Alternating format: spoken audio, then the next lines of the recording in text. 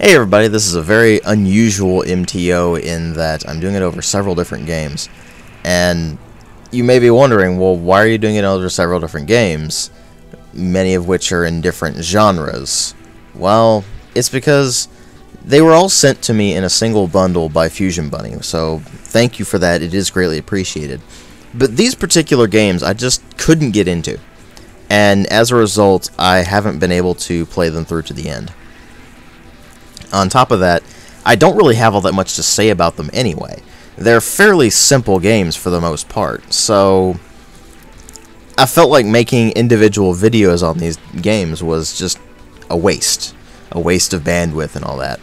So, what we're going to do instead is I'm going to have all these games in this one particular MTO with timestamps for when you can actually go to the individual games in the video description box. And it's just going to be a fairly straightforward, to-the-point MTO. So, let's go ahead and get started. The first of these games I'm going to talk about is Eryi's Action, where you play as the fairy Eryi in a 2D platformer where pretty much everything is out to kill you. And your quest is to retrieve a melon that was stolen from you by this other fairy called Farta. Yeah. Why Farta? I don't know. At any rate, I found that the platforming itself in this game felt really sluggish. Just movement itself feels really sluggish in this game, and despite the game not taking itself at all seriously, constantly making fun of itself, and having this cutesy art style going on for it, it really just wasn't a fun experience. And unless you really like games that just are designed to frustrate you, I don't think you'll get much out of it, but that's really more of a subjective thing than anything else. I just personally didn't like this game all that much. The next game I want to talk about is Vapor Remaster. This is developed by Edelweiss and published by New Media originally, although the remastered version was published by Capcom. And this is basically just what you would expect from a bullet hell game. It's got a sort of typical anime-style storyline going for it. I didn't finish the game, obviously, so I don't really know where they're going for with that. But the gameplay itself is just typical bullet hell kind of thing with occasional perspective changes, which can actually get rather annoying. And despite the game being rather pretty to look at and rather flashy, it just wasn't all that fun for me to play. It was more frustrating than anything else. And that's the thing I tend to notice with bullet hell games in general. They just tend to frustrate me. If you're into bullet hell games, you'll probably get something out of it. But it's just not something that I really was able to get into. The next one I want to talk about is Bloom Freesia. This is also developed by Edelweiss and published by New Media and Capcom.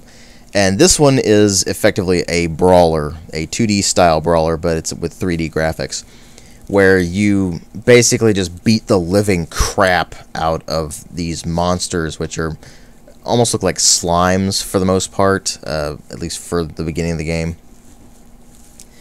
And you use increasingly complex maneuvers with combos and such like that. You get unlocked abilities as you go through the game. At the end of each stage, your points are totaled, and when you actually get those total points, you can use those to purchase abilities that will allow you to have special attacks or passive bonuses or things like that.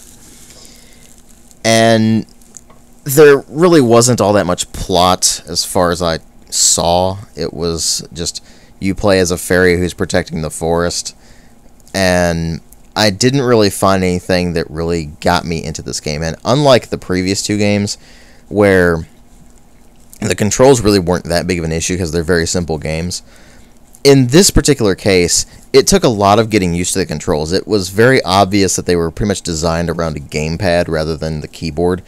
And one thing I've really noticed with Japanese games in particular is that the control scheme is usually terrible. I don't know why, but they usually have just really bizarre key mappings. I don't understand it.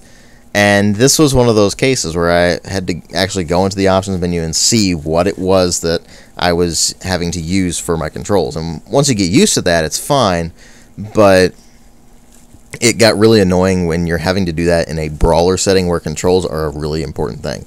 That said, the gameplay itself, as far as brawlers style games go, is fine. In fact, it plays rather well. But I just really couldn't get into it. The next one is RefleX. This is developed by Sitazius.is and published by New Media. And this is a Japanese-style bullet hell game. It's actually apparently the second game in the Tale of Altanex series. And it plays about like what you would expect from a bullet hell game. Only more traditional than, say, Vapor Remaster, because it's in the up-down perspective, as opposed to the side-to-side perspective that Vapor tends to have. Plays fine, and if you like bullet hell games, it's fine. They've got a lot going for it. It's got a nice art style. The gameplay feels smooth and fluid. The controls are just what you would expect if you're used to playing Japanese-style bullet hell games. But other than that, I don't really have all that much to say about it.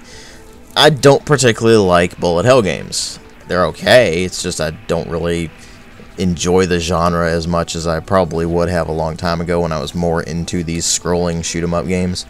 But anymore, I don't really get into them very easily, and this one didn't really do anything to really grab me. But it's pretty good at what it does, so if you like this sort of thing, you'll probably enjoy RefleX. And the last one I want to talk about in this video is Satazius. This is a retro-styled arcade shoot-'em-up kind of game from Astroport, published by New Media. And it plays out pretty much like you would expect an old-school arcade shoot-'em-up to play. It's a side-scrolling kind of thing where you get a variety of weapons in your ship and you just blast whatever comes in your direction. It's a very simple game. It has upgrades via power-ups that you'll just pick up as you're running around. You can select what weapons you're using, what your charge weapon is, and all that. And it does what it does pretty well. It plays fine, although there are some instances where you just can get kind of annoyed if your controls are slightly off, because it does have that problem of being a Japanese game and them always having ridiculously weird control schemes. But other than that, if you're looking for a decent arcade-style retro shoot-'em-up, you could do worse than Satazius. It works pretty well, and there's some fun to be had there if you like this sort of thing. So there you have it, everybody. A bunch of games that I don't really have all that much to say about that aren't bad in their own right. What they do pretty well. It's just that they didn't really interest me all that much, and I found that going through these games, I just couldn't finish them. I didn't really find that they kept my interest. And again, they're not bad at what they do. In fact, they're pretty good at what they do, except for Eryi's action, which is a bit sluggish in its platforming. But the rest of them play fine, apart from the a bit awkward controls from just being Japanese developed games, which means that they're inevitably going to have weird controls. But they play fine, they run fine. I didn't notice any technical problems when playing them. So if you're into those sorts of games, you'll probably get something out of them. It's just that I didn't really find them all that impressive. So there you have it, folks. Thanks for watching.